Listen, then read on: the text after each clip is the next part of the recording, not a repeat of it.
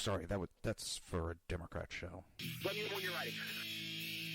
Was an extremely great conservative commentator. We're tearing it up on Wednesday night. This is awesome. This will allow me to retort. Well, this is Jersey Joe for the Reaver of Common Sense show. I'm on shrmedia.com. Actually, I just totally screwed up. This show contains language that some viewers may find offensive. Listener discretion is advised. And now on to the show. Conservative media done right. You're listening to the SHR Media Network.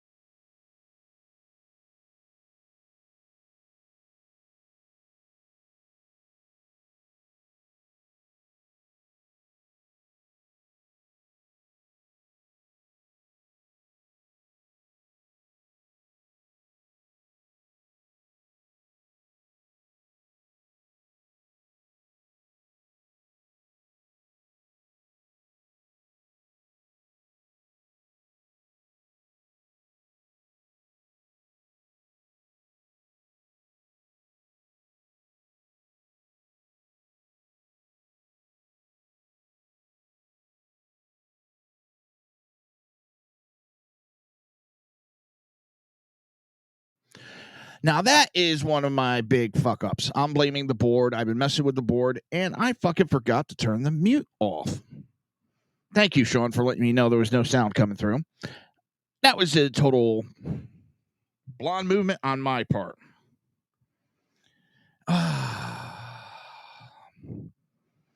See, Sean was messing with me earlier, had me thinking of other stuff, and, it just...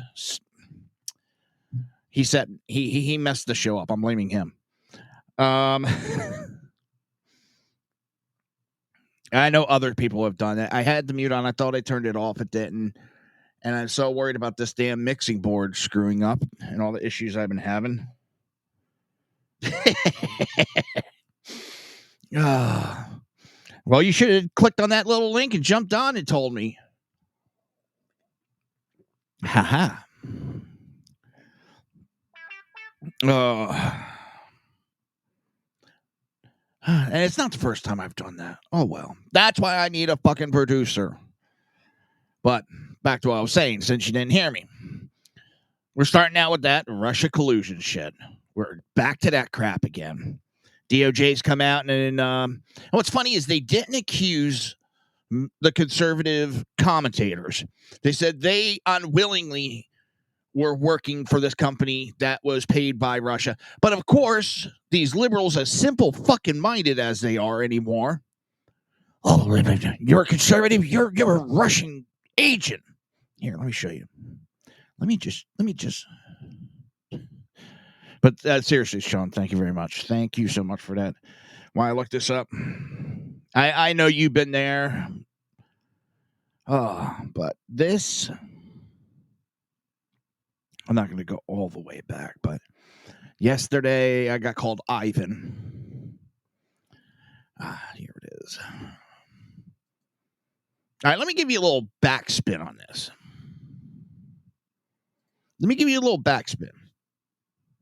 I posted a Bloomberg article, actually a screenshot of a Bloomberg article of Vladimir Putin endorsing Kamala Harris. Okay. I posted a Bloomberg.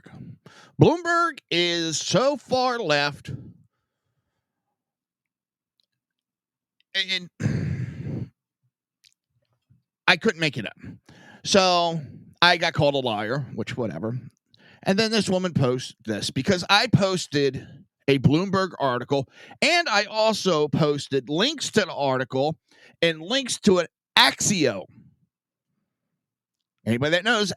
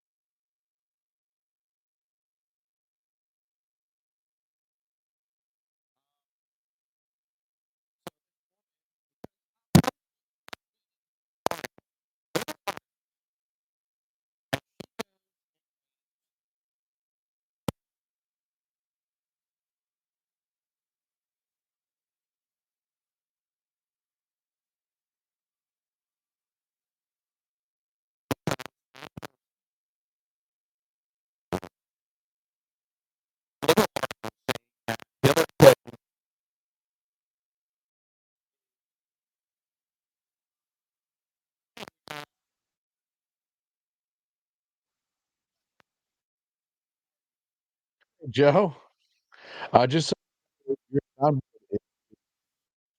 being rough on you. I'm getting only static on your end. Can't hear you. I wish I could. I'm trying. this is really. All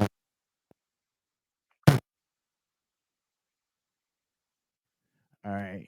Whoa. I get pissed here. This Now I'm board. getting you. You can hear me? It's just real staticky. Yeah, it sounds like there's All right. The there's a gate, line or a cord control, that's that little knob. I don't yeah. even have to touch it, and all of a sudden it'll go wacky, and I'll tap it, and it'll come back. Like right now. Right where you are is fine. Okay, I'll leave it there. I figured I had to fly in and save the day. Somebody had to do it. Yeah. Well, you're the one that distracted me and got the board all messed up. It's always my fault.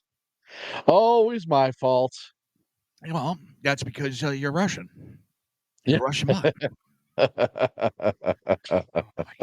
That's just driving me up a wall. Not driving me up a wall, but almost beyond comical.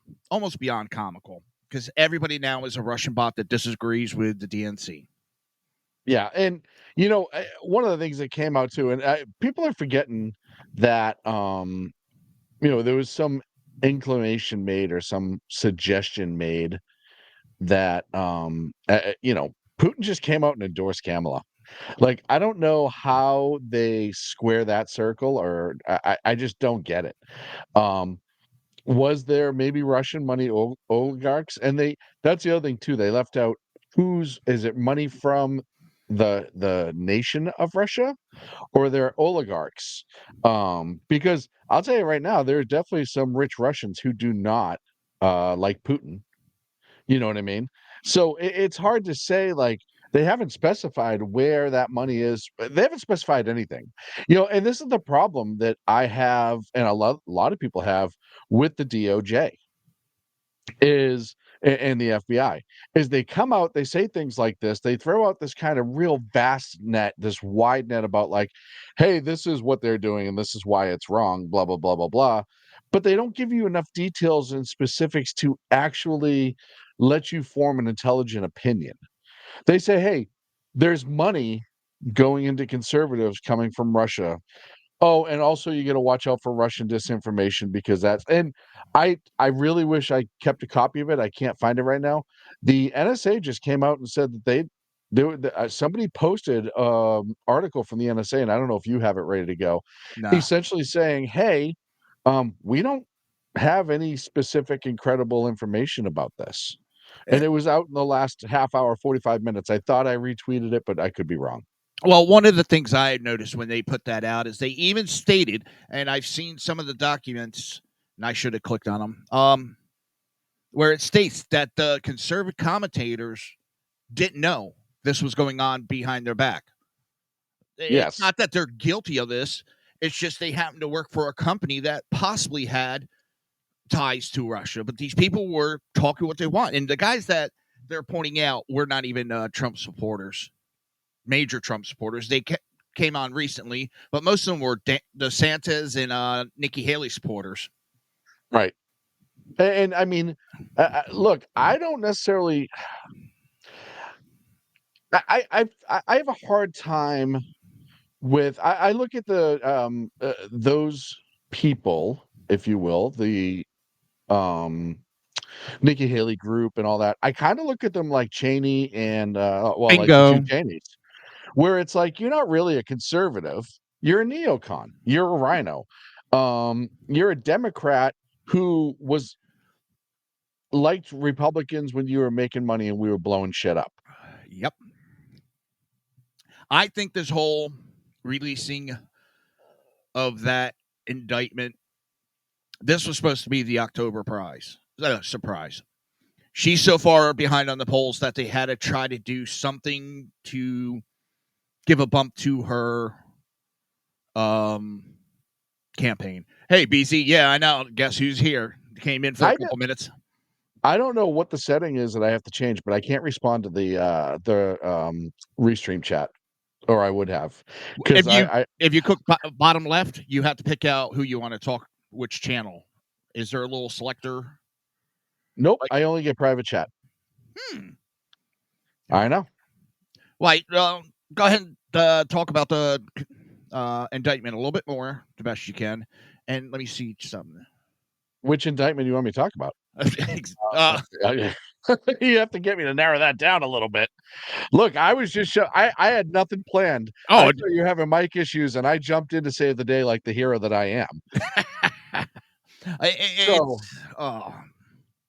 I don't know. There's a lot going on. The Russia indictment we had come out. We got now Trump's sentencing is pushed back to the 25th. We all know what that's about because they knew if they sentence him now. Damn, I'm having brain. I'm trying to think of so many different things at the same time. If they tried to sentence him now, it would. I am adorable, BZ, for the record. Yes. Sorry. Go ahead. No problem. It would martyr Trump even more. Yeah. Yeah, so they knew that. Jonathan Turley on Fox News wrote about that today, and I agree wholeheartedly. The other thing, too, is if they went through to the sentence, as soon as the sentence drops, that's when the appeal starts. So as soon as that appeal starts, it'll start exposing the reality of the lack of case, as much as they want to say it's a case. Because you remember, he's not convicted of anything until he's sentenced. That's something that a lot of people are like, oh, he's convicted of this. No. He hasn't been sentenced yet. The conviction isn't complete until he is sentenced legally. So, reality of the situation is he's not convicted yet. And like I said, once they convict him officially, the appeal starts, and now the case can be opened up wide and show everybody exactly what's going on. And a high profile case like that would be appealed fast as hell. Oh, yeah. There's just no doubt about it. The appellate court will take it up right away. They can put extenuating circumstances on. There's a couple legal things they can do, but they can also push it.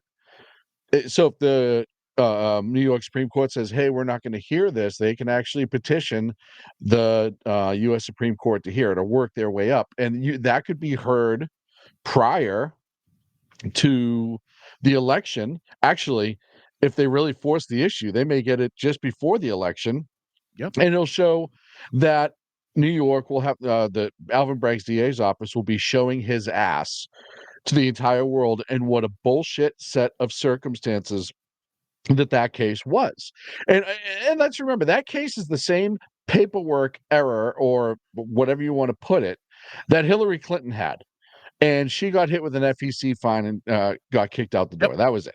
And it wasn't her directly that got hit. It's the campaign. Yeah.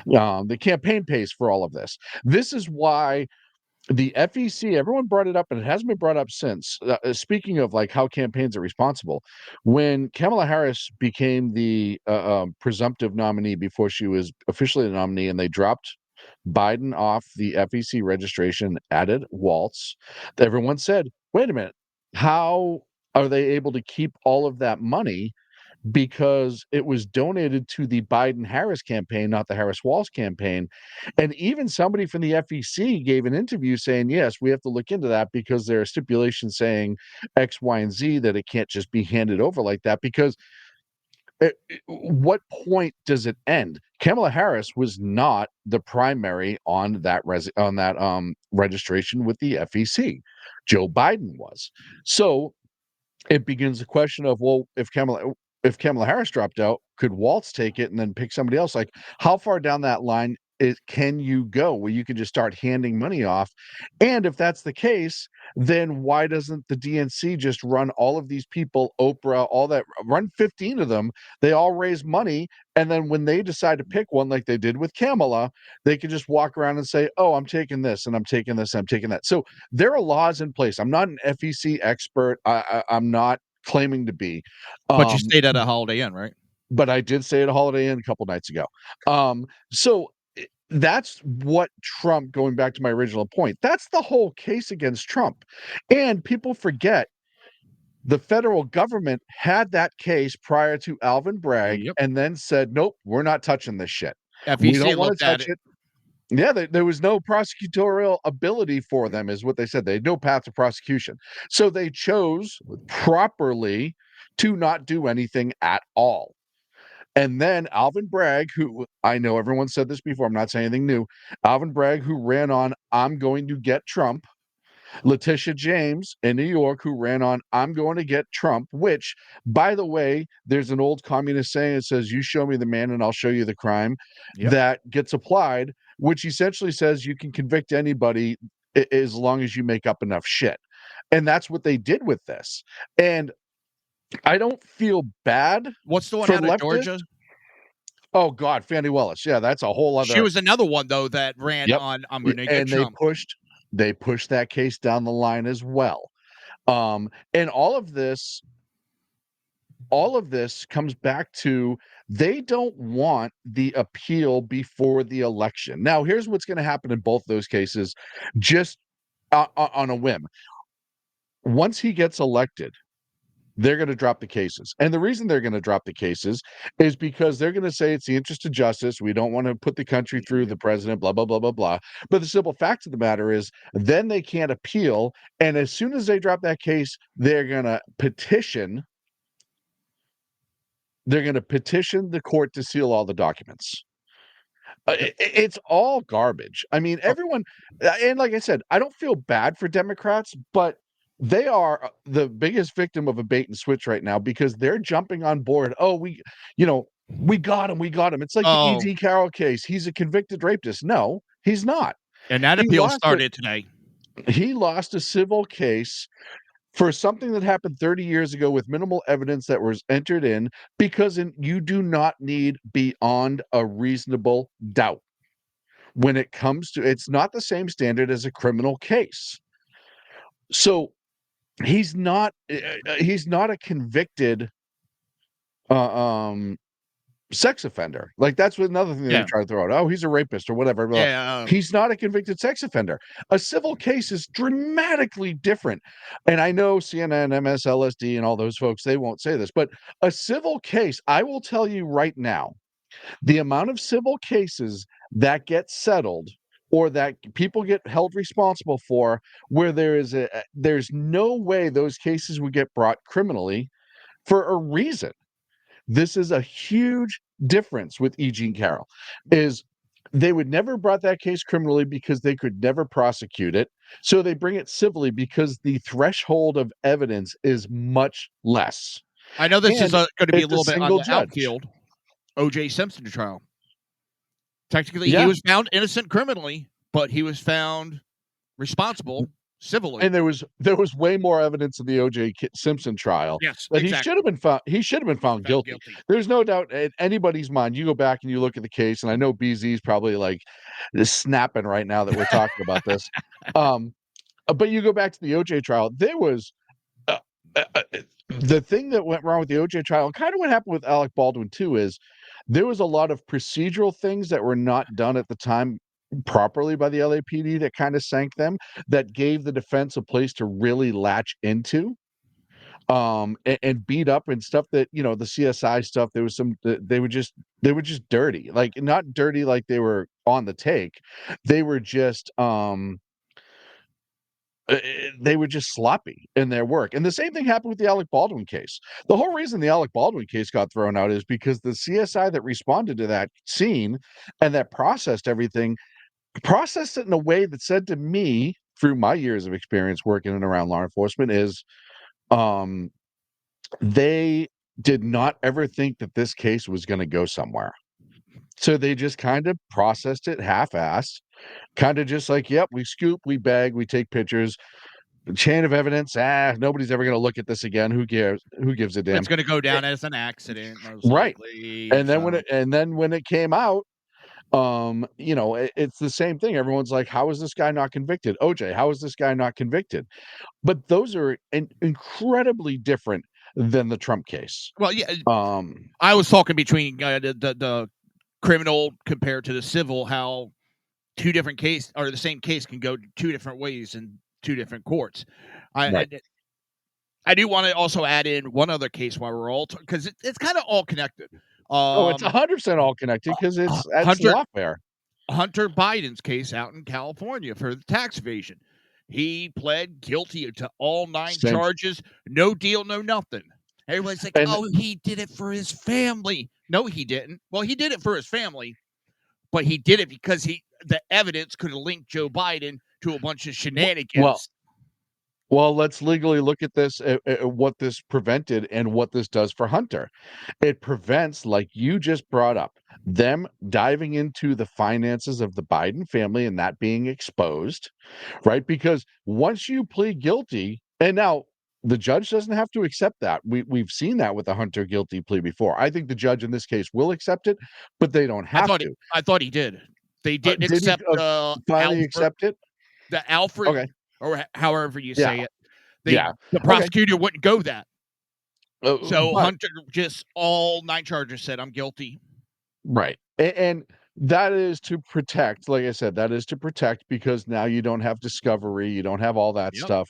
It just pushes them by it. But the other reason, and this works to Hunter's benefit as well, is they want this case done before November so Joe can sign off on his pardon.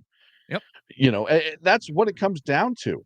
However, I do not think the buck stops there per se, because the amount of evidence that they've obtained in that case against Hunter, the gun case as well, is going to open up the Biden family if you have people who are should be investigating this properly as to the finances in general, the donations, where Hunter got his money, the ability to have access to the president, blah blah blah blah blah, or then vice president. So I think it's over for now. I don't think. I don't know. I'm sure the Republicans will do one of these bullshit. We're going to do an investigation thing, and once they get all the evidence, yeah, and we're all sick of that too. Yeah. Um, No, you that's know, what they keep. Oh, we're going to investigate. Great, investigate. Do something about it, because they investigate and go, here's what we found.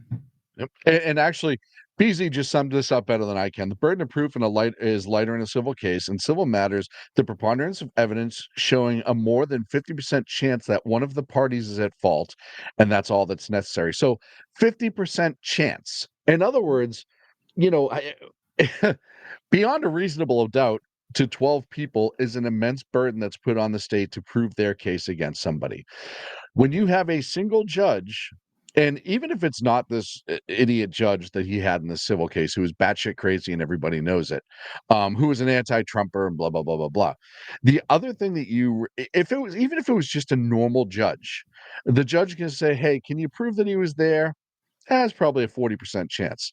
Can you prove that they had a conversation? It's a 56% chance. Blah blah blah blah blah. Right, and if it's 50 and a half, they're going to side with the plaintiff. You know what I mean?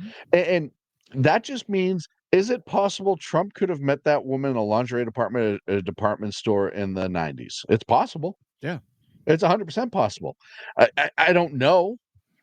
I don't know if I do Trump's out find it shopping, funny that that her Trump's whole out shopping by himself in the 90s when he's married and like has all the he was a millionaire in the 90s. Huh? The fact that he's just out strolling around when he was riding around in limousines back then and had protection and stuff that was private, I question that whole case. I really do. I am not a Yeah. big believer in believe every single woman, because we've seen way too many I cases hate these lately. cases of 30 years old where it's almost hard Yes. to defend yourself. But when the woman's case is not basically, it was an episode of Law and Order. It was taken Yes. directly from law. And the judge Yep. allows this. How? Yep. Well, and you know what killed it for me too, because obviously, and I want to articulate, actual victims of crime deserve justice, Yes. and they deserve to be treated fairly. I will say that. Obviously, I worked in the system. I believe that. I'm a wholehearted. But when the Believe All Women movement started, what, 4 or 5 years ago, and it was, and you saw how many false claims were made. But I specifically go back to the UNC, University of North Carolina. I believe it was a lacrosse team. Yep. Where there was a female who made allegations against like 8 members of the team. They were thrown out of school. They lost all Scholarships. their scholarships and funding. Their lives were essentially ruined. And then the investigation turned out and proved it to be entirely wrong. And she actually got prosecuted, which was great to see that they actually did the right thing there. But the reality of the situation is that happened a lot, and you had a lot of people who were all of a sudden they were using the criminal justice system to get even with people that they didn't like, despite not having committed a crime. And that was what really was that's the problem when you have cases like this. And there's a reason why with criminal cases you do have the statutes of limitations. Do I think at the end of the day with the E.G. Carroll case that he's going to probably get it overturned? Probably not. I doubt it'll get overturned. I think it will. But we'll see. I don't think it will in New York. I don't feel very good about New York overturning that one. The criminal case, yes, because the threshold is much different, right, as we discussed. So, Yeah, but there's I so think, many irregularities that was done even in that case that no. And if any judge that allows that to stick, we just know the system's fucked. But well, the system civilly is fucked anyhow. Tort reform is one of the biggest issues that I've had in this country for years, the lack thereof. Tort cases is out of control. It's why so many things are expensive. It's why your insurance is expensive. It's why your hospitals gouge. But It's why healthcare is so expensive. Is so much of that is to either recoup or build a fund for tort cases, civil cases, that it costs a tort. If you break down the amount of money that is spent fighting tort cases, paying off tort cases that are ridiculous cases, it'll boggle your mind. Literally trillions of dollars are spent in I think it's in the last 15 years or some study that I saw. Trillions. You look at our national debt, and this is where we're at with tort cases. You can sue anybody in just about any state because they looked at you the wrong way. I don't like what you just said. I'm going to sue you. 100%. Yeah. 100%. And that's the problem we have, but it's also another tool in the Democrats' toolbox that they absolutely use when they need to make somebody look bad. And they're going to, you watch, Benny Johnson, Tim Pool, all those guys. Somebody's going to file a civil case against, I forget the name of their network that they have. Tenet. Tenet, yeah. Yeah, Tenet. Someone's going to file a civil case against them as a result of this. You watch. Yeah. Well, it's also funny that Tim Pool just announced that he had retained legal counsel to sue Kamala Harris for some of the videos that she put out that endangered his life. And all of a sudden now he's a Russian agent. Yep, 100%. 100%. And it's funny because this goes back to they couldn't really get Trump. They tried like hell. They couldn't get him. And they found out the more they prosecuted him, that the more it just made him popular, right? What's the other case that just got delayed even further? The January 6th case from Jack Smith. Yeah. That's been delayed. Yeah. They're pissed off about that. I mean, they've had a bad court week.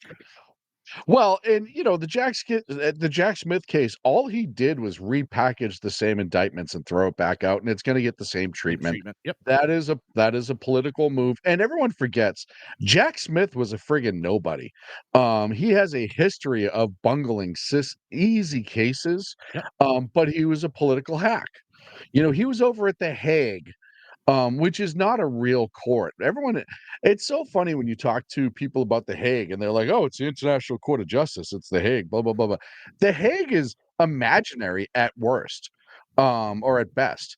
The only reason The Hague has any teeth is because the countries involved in it allow them to. But The Hague can't, I'll tell you right now, we joke all the time, like, oh, if we ever, we're going to get prosecuted at The Hague for this. And, I think we've said that on SHR a billion times through the years. The Hague is like the UN. They have no teeth unless the country that they're prosecuting or, it's like what they did with Bibi Netanyahu. Oh, they're filing charges in The Hague for, war crimes, blah, blah. It doesn't mean nothing. Yeah. Because if The Hague mattered, Putin would have been gone years ago. Yep. The Hague doesn't matter. It is a kabuki theater at worst or at best, depending on how you want to look at it. I just saw a BZ comment about changing the tort law. You want to change it? Make the loser pay all the cost. Oh, no, I think that, and I think I've also said the same in criminal cases, that not a conviction that fell short, but when somebody files criminal charges against somebody else and it is found to be completely erroneous without any merit, zero evidence whatsoever, that they should be charged for filing a false police report every single time. Well, even we're talking the lawsuits. You want to change it, change it. So right now, there's actually a case, and I'm not trying to change subject, but there's a case going on here in Florida and a couple other places it's reached out to. There's a YouTuber out in Ohio and Florida. He's gotten in a big tiff with his neighbor, and he's been filming everything that happens in public. Everything's been in public, and he's used it. The court case where she tried getting a restraining order against him, he's played the court case on his show. Yes, he's used the thumbnail picture of her face from these publicly accessed pictures. Right. You have no right to privacy in public. There's a couple of law tubers, they're called, lawyers that do, they jumped on it and talked about it and have used, she's now suing them, which the case that they're using doesn't apply to this. And they've turned around and said, number one, you file this case and you go forward. We're not only going after the lady that filed it, they're going after the lawyer. Florida allows you to go after 50% recovery from the lawyers. Right. We need Well, that more. and you have to realize, people forget you have no expectation of privacy in public. Right, wrong, or indifferent. And the only reason why it was never really an issue up until recently is because you didn't have the internet, right? People had pictures taken all the time in public. What's funny is back in the day when you used to appear in the newspaper, it was like a cool thing unless you were, an Criminal. arrestee. Yeah. But it used to be a cool thing, like, hey, look, I was in the newspaper. That's me in the background. Or if you walked by a news camera doing a live report, you're like, hey, look, I saw so and so on TV. Now people are like, whoa, I don't want to be on it. Well, okay. But you have the it's the First Amendment. People have the right to film in public places. Well, if Now, that was the case, that there was an issue, how many people would get in trouble that go to Disney World, Disneyland, and they're Oh, yeah. snapping pictures and oh yeah. all those people in the background? And I'll be the first to admit it does border, and I say this a lot of times with these, First Amendment, what do they call themselves? The people that always walk around with cameras like, I can be here, I could be here, I could be here. Auditors, that's what they call themselves, First Yes. Amendment auditors. All right. So there is a line, in my opinion, between your First Amendment right and harassing somebody specifically.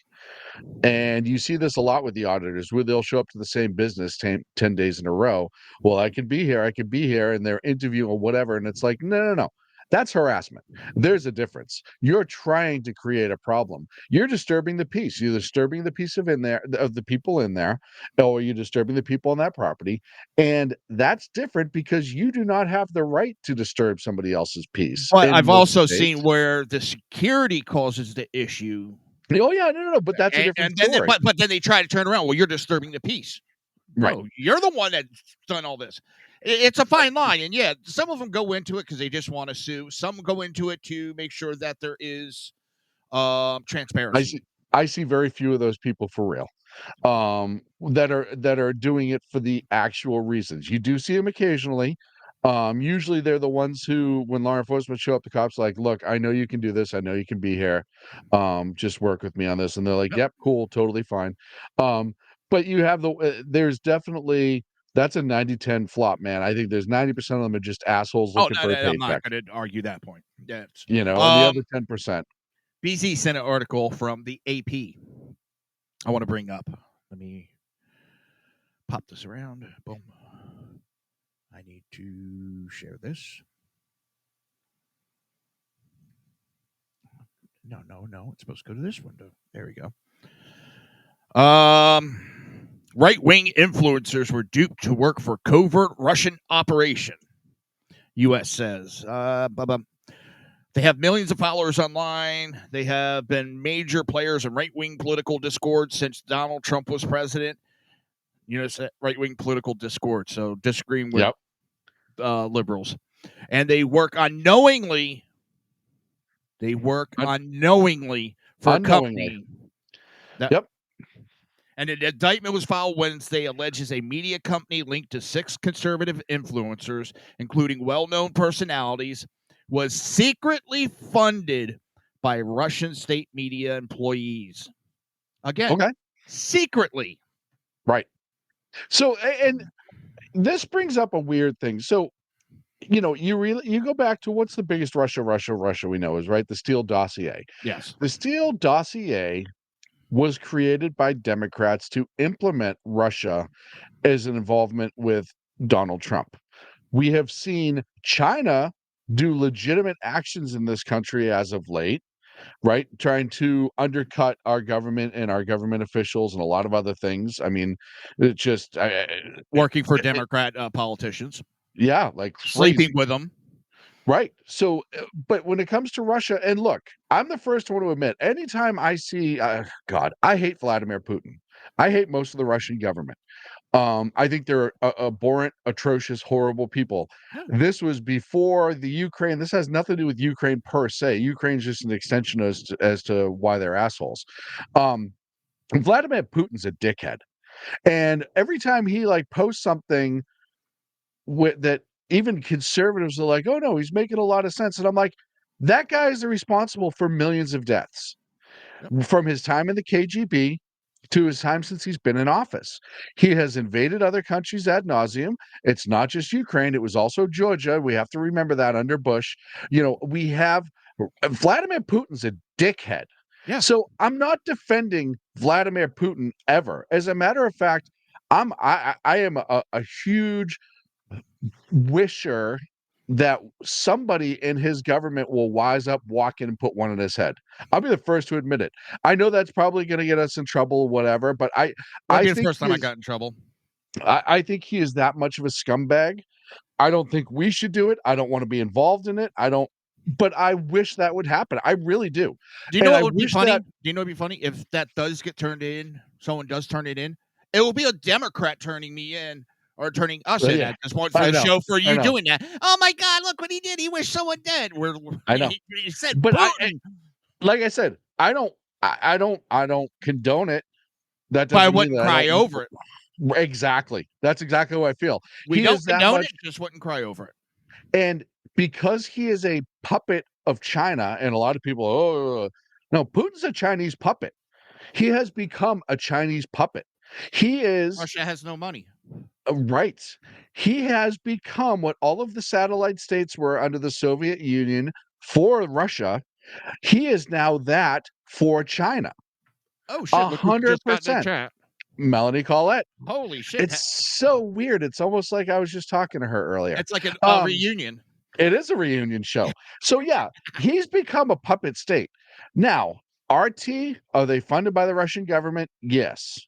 Are they but you have to show me before everyone gets all up in arms. And yeah. I mean, it's something that should be looked into as to why. What was their end game? But are any of these commentators doing anything that was pro-Russia, anti-American, and or anti-Trump?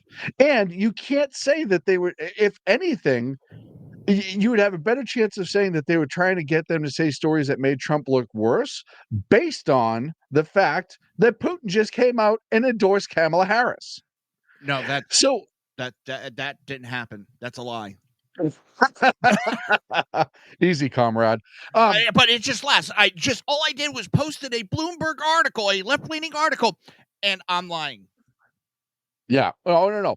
That's the part that kills me is, so I don't understand what the end game was of RT funneling money into these businesses and not asking, and give me some sort of specific return. Did they have to, was it just advertisement?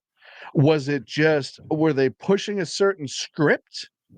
But you also have to remember RT, even though it's government owned, isn't government owned. And that doesn't necessarily mean that there aren't people at RT who are fans of Putin or don't want to see him gone, or at least want to see him checked. And people forget, a lot of Russians do not like the Ukrainian war.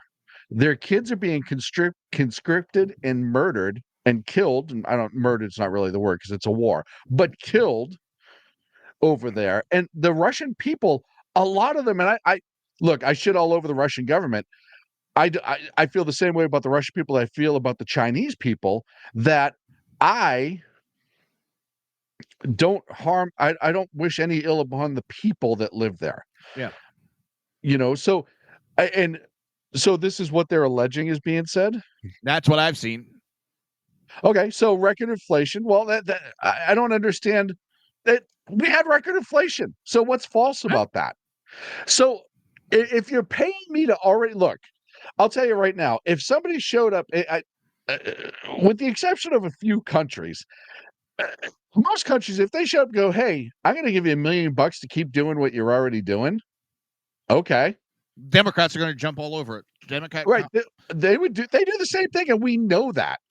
But the simple fact of the matter is, all China. And getting maybe the Chinese flu. But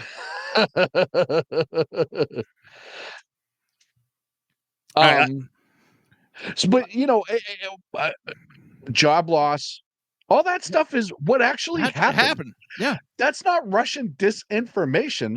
That is facts, right? And Why would he come out? And I know everybody, I've already seen it. When Putin came out and endorsed Kamala Harris, they're like, oh, it's 4D chess. He wants to say that because he knows a lot of Americans don't like him, so they're going to do the opposite of what he said, blah, blah, blah, blah, blah, It's blah, going to blah, blah. cause discord in America. That's Right. all it's about. Bullshit. He actually wants Kamala Harris because she is easier on him. He She backed will not hold him Hillary. accountable. Yes. Right? The reset Biden. button. And that was after Hillary said all this awful shit about him. And he still backed it. Why? Because why would you not want somebody that you can walk all over if you're the Russian president? Also, she gave him uranium. Yeah, uranium run one, the most underreported story and activities ever. Yep. The only thing that is less reported than it should have been is Benghazi, with Hillary. Uranium one. If people knew the amount of uranium that we shipped to Russia because Hillary made out like a bandit on it, literally, you'd be blown the fuck away. Uranium one was one of the biggest national security issues that this country's ever had, and nothing was ever done about it. If you're listening and you don't know what uranium one is, go check it out. Yep. She had dinner at Putin's residence and bragged about it. Oh yeah. You brought up. Let me cut you off. Now, I'm sorry for cutting you off, bro. No, of course you're going to cut me off. Jeez. No, I'm just kidding. Well, no. Chris Brano put out a tweet today, and I think it's actually pretty relevant to what's coming up. He's asking for people to do one thing. Yeah. It's coming up on 9/11 for which is anniversary of Benghazi. Take a few hours either to read the book or watch the movie and see what really happened and what the Obama's administration with Hillary Clinton in charge of Secretary of State, how they handled that and left our guys to die. Well, and it's really sad. You know, we know Tonto. Yes. We've both been fortunate enough to spend time with him. And I got news for you after the show about that. Okay. One of the unfortunate parts about the Benghazi failure by the Obama administration is because of the 9/11 terrorist attacks being so difficult for this country that gets so much more attention on that day. And I'm not saying it's wrong. I'm not saying it's right. It's really hard to like balance it. But you know, that's something that you just can't forget what those folks went through and what they had to suffer and why they had to suffer it. That's the other thing. It's not just what they went through. I mean, you go through I just read the book, reread actually a signed copy of the book that Chris gave me. Not last week, just because it's a great book, and I watch the movie every time it's on. But it's not just that story as to their fight that day. It's what led up to it. It was the fact that we murdered Gaddafi and left that country fall into utter disarray. That was a Hillary Clinton thing. So, you know, it's you got to remember everything that led to it and how, and I know he brought up Ronan Bubb and how, you know, the Obama administration, and that's the other thing, as much as Hillary's responsible, it was the Obama administration. Yep. They ignored threats that day. They downplayed threats that day. And, you know, I'm breaking in it because you brought up something earlier. Okay. You just gave it to me. Give me 1 second. I didn't mention syphilis once.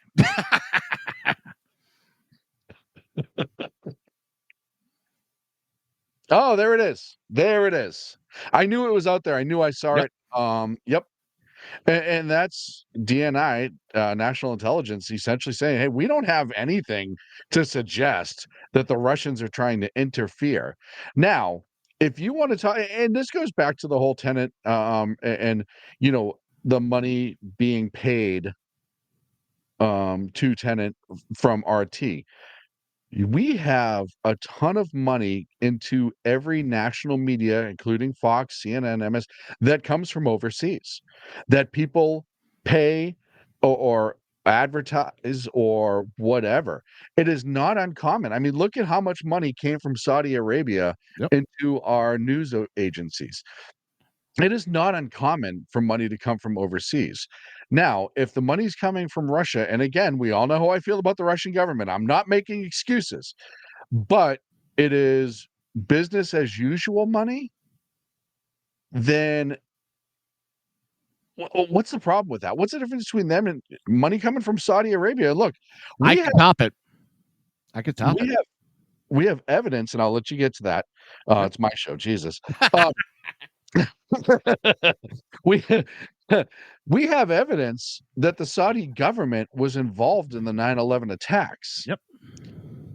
A lot of evidence, and more has come out just 2-3 months ago when they released the video of that Saudi representative walking around the U.S. Capitol building and gaining video surveillance with a camcorder. So, where does it end is my point. Is like, do we say no outside money in media or business whatsoever?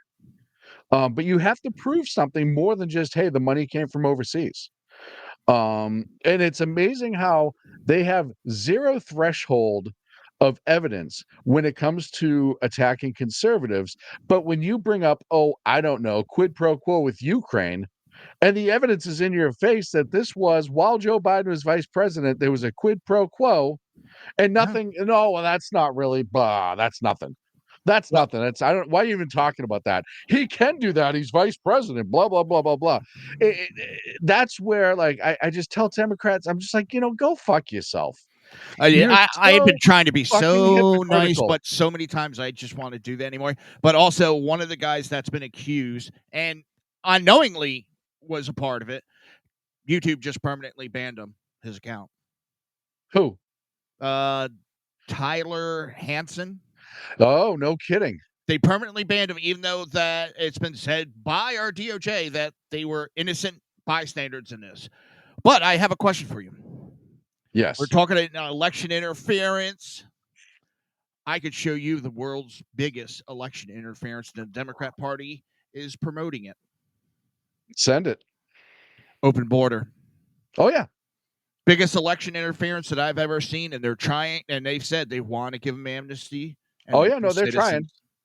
They're trying, and it kills me because when you bring up the amount of illegal immigrants that have come into this country and you say, hey, we're worried about them voting. Well, we have no proof that illegal immigrants voted. I've heard that a billion times. It's like, yeah, you know what?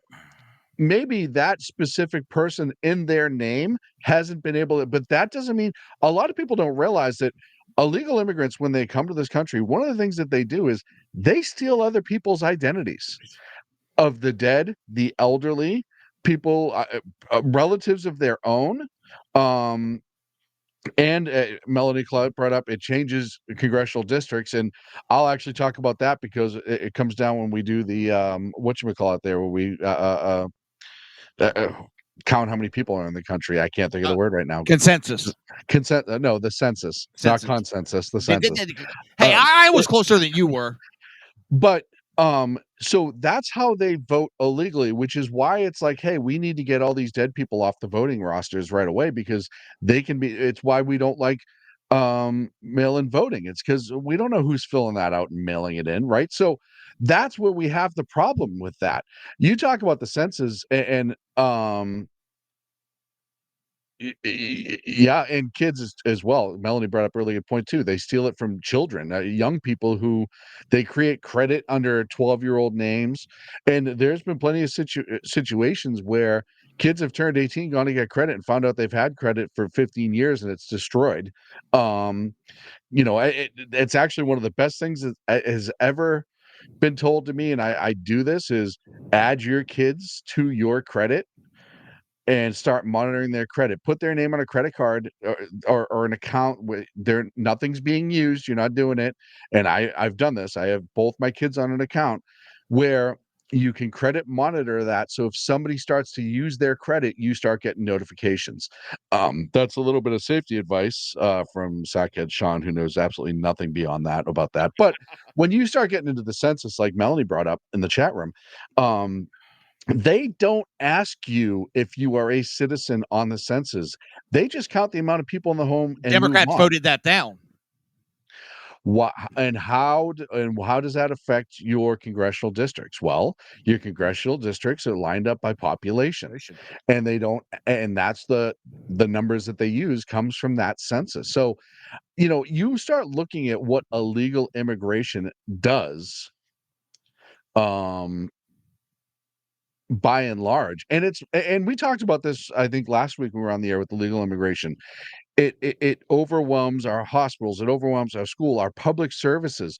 You have all these cities that are adding literally hundreds of thousands of people, but they're not getting any more funded for police, law enforcement, fire department, EMS. They're not getting that extra bit of money. It's just ridiculous. Illegal immigration is going to be what destroys this country.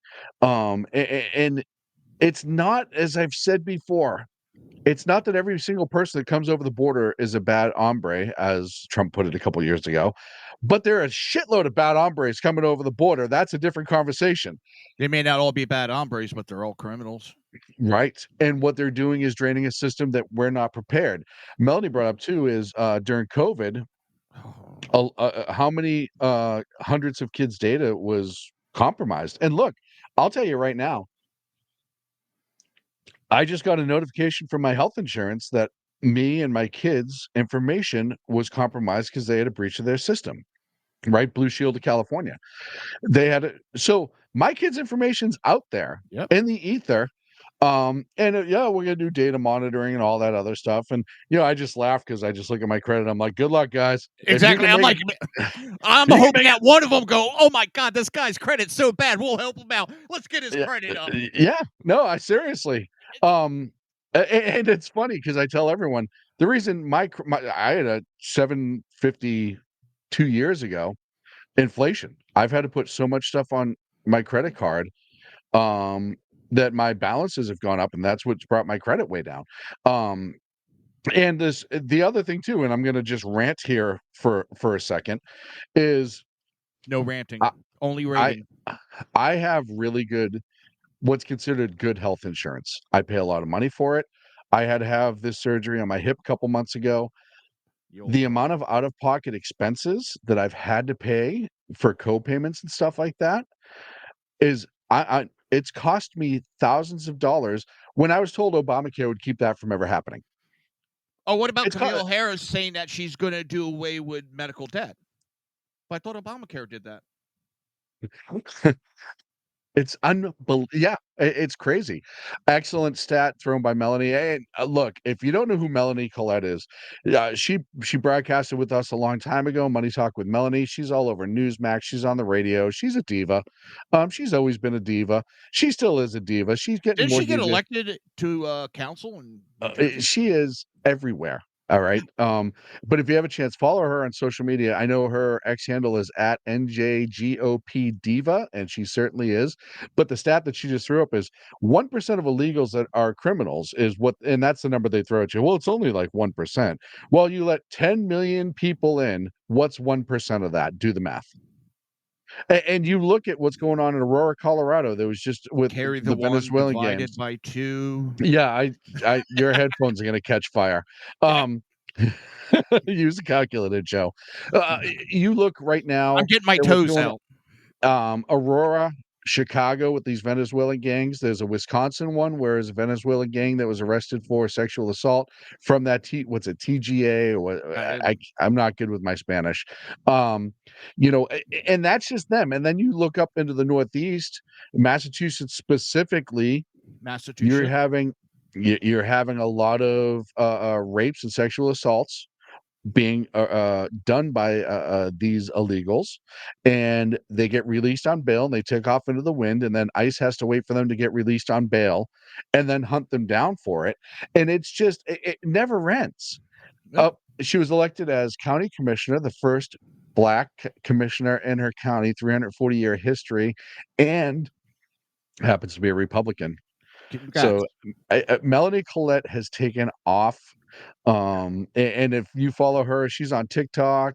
She's all over the place. She's awesome, and she's always been great.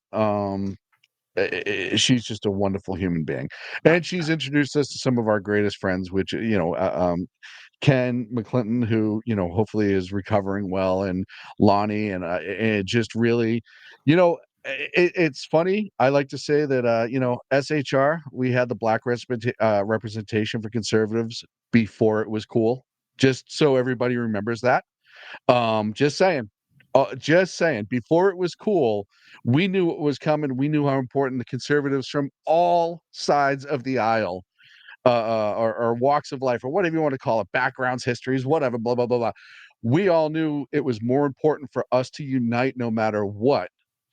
And we did it first, and I really really believe that. Like we met these conservatives that we were like, how did we get lucky enough to come across Ken first? That and it was Ken. That's the first one where it was like, this dude is awesome. He's conservative. Then we found out, like, into weeks of having him on the show, that he was a black dude.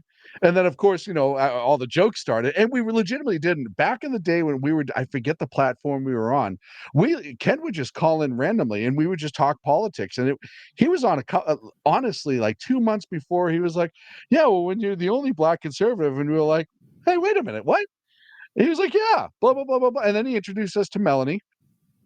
And then he introduced us to Lonnie, and it was just, it really made it so awesome to start having all of these friends. And that was when I really, the black conservative movement really started. And those folks were 100% the perpetuators of that, of like, hey, it's okay to be conservative and black, and it's okay to talk about it. And like Ken said to me before, he's like, there's a lot more black conservatives you think. It's just that it's not cool for them to say that in their circles, so they don't say it. And they made it popular, and I applaud all of them, because you look at how the conservative movement has changed, and how many non-white groups have finally come out and been like, yeah, you know what, we're conservative too, and you're starting to see really rise to prominency. And we have The these Latinos, the gays, just everything we're finding we out. have They're all these- like, "Oh, we were too scared to come out." Yeah, and now we're actually hearing these wonderful voices that would never have come out if it wasn't for people like Melanie, that were the starters. They really were the starters. And I think that's something that is, it's something I'm honestly very proud of. I'm really honestly proud of that. I tell a lot of people that when I brag about SHR and stuff, like, that's one of the things I brag about is, you look at what this has done for our movement today, and how many wonderful voices are. And it's not that we didn't allow, they were afraid to speak, they didn't have a platform. And to see all of these voices start coming out of all different sides of this country, man, all different backgrounds, it is just the coolest thing. And I am honored to have been a part of that.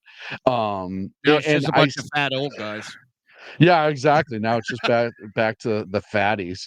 But so I still think that's one of the coolest things. And they're lifelong friends, but they're also, you look at somebody like Melanie, who's like making this huge change on this huge level, and it's awesome. And I'm so I happy want to be for it. jealous of her for being on Newsmax, but I can't. I can't be jealous of her, because I'm just Joe, I'm happy for her.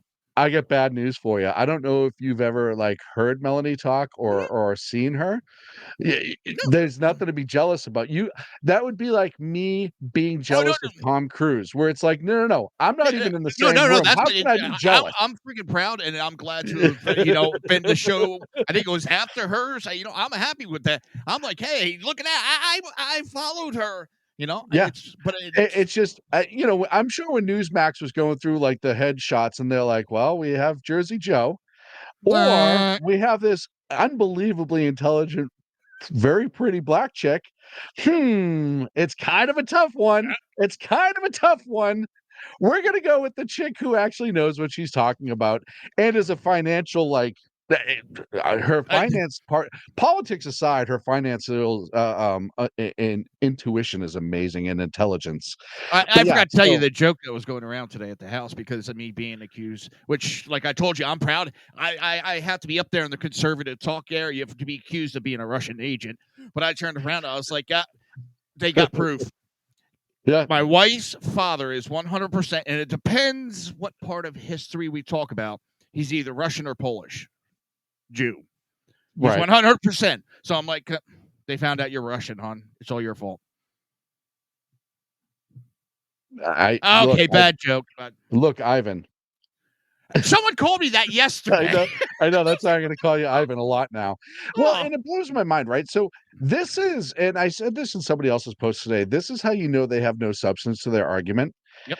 Is, I will absolutely insult somebody after I go through all the reasons why they're wrong. And if you look at how I engage with the other side, 96% of the time, I'll present my argument, and then it's them the first one to throw out the name calling or whatever.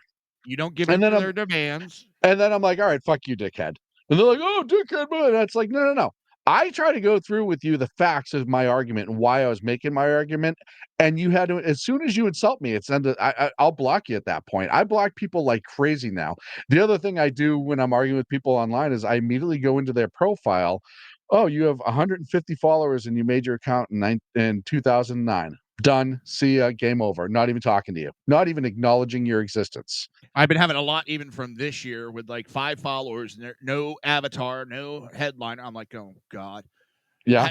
Tell me you're a goddamn DNC bot without telling me you're a DNC bot. Well, those are the Russian bots. So you remember when they actually started, when Twitter released all that information on the, I think it was the last, Melanie, I am not reading that out loud right now. Are you kidding me? During the last election, or maybe it was 16, where that was the profile. And that's why if you look at my profile on X, one of the jokes that I have is that I am a professional bot something or other as to who I am, right? It's because those numbers are easy. You start looking in it, like you said, you have 150 followers, you have a 14-year-old account, and if you go through, they only post every 2 years. Yep. You're a farm bot.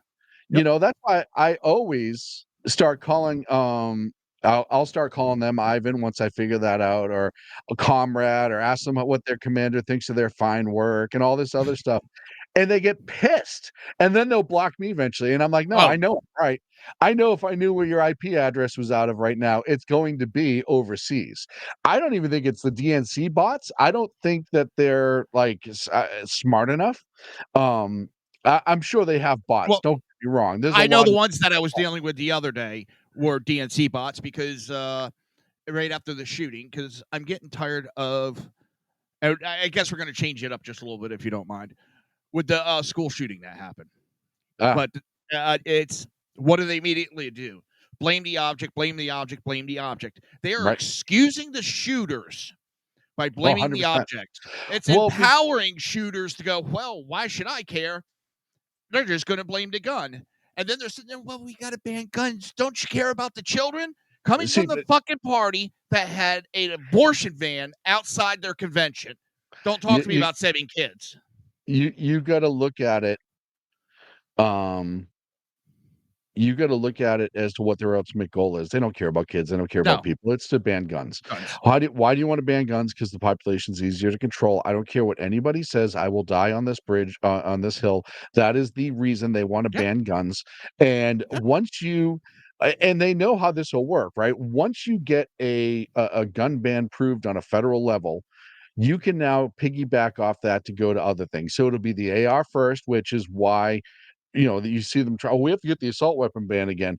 They screwed up last time. Semi-automatic, anything with a detachable magazine. Yeah, a bayonet lug. Blah, but blah, we blah, don't blah, want to ban guns. And one of the things that they screwed up last time with the assault weapons ban that was in place before is that they did not extend it or add on to it fast enough because they really didn't think that it was going to drop. They thought it would be an easy resell. They didn't realize that people were going to wise up. They underestimated social media is what they did. So, but let's go back to it. So that's their ultimate goal. So you have to look at everything through that lens, no matter what it is. It brings you to the Catholic school shooter who was trans that they just released finally the manifesto. And right? What was the other days? The same. So you look at Georgia, it's the same ideology. You look at the social media and Let me Now- preface. We're not saying all trans or all gays are going to go out and murder. That's not what we're saying here. But there's a pattern erupting out of these school shootings. It's a pattern of mental illness that's being ignored in this country by and large. And I don't even think it's mental illness. oh no, it is. I think it's being jammed down their throats that conservatives in the world hates gays and hates trans, and they want to kill you. They want to kill you. So I got to go and kill them first. But that creates a mental illness, right? So it's like a Stockholm syndrome type thing where you keep telling somebody over, it's brainwashing, right? But that's a mental illness. You are no longer in charge of your own mental faculties. You are now working off the auspices of others, right? And you look at crooks. I guarantee you, crooks is going to be another one where there was some brainwashing. But what's the common thing that we see more and more and more? Most of these people were on a radar prior. Yes. Right. Same thing happened in Georgia. 13-year-old, the FBI were at his house because he was making threats about a school shooting. They knew that. This is where I'm going to tell you that parents are failing in this country because they're weak. Dad, and I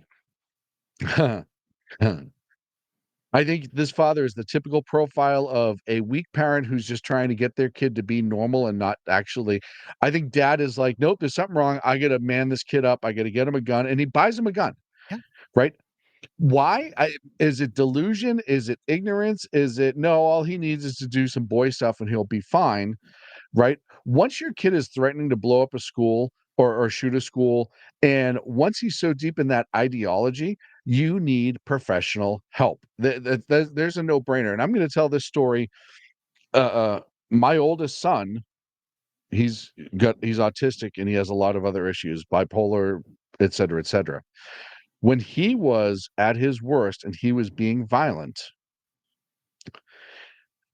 we made sure his mother's house, my house, was safe. Knives, all this other stuff. School was notified. All of these things that we were going through. Now, fortunately, we're past that, and he's in a much better place now, and I'm more grateful than I can tell you about.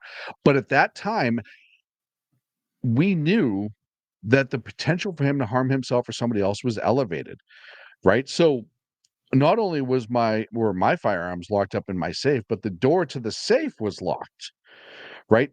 And I was, because I said, God forbid, we didn't know what was going on with him. We were in a panic. We locked up all the knives. I limited the type of silverware he could use in the house because he was trying to harm himself. As a parent, it sucks. I didn't know any of that, man. Ooh. It sucks to see your child go through that. Yeah. The trade-off to that is you have to be responsible not only for their well-being, the well-being of other people in that house, but also the well-being of people outside. It's your responsibility. And I'll tell you, man, it kills you to see your child suffering. The last thing you can do is give in to their delusions and their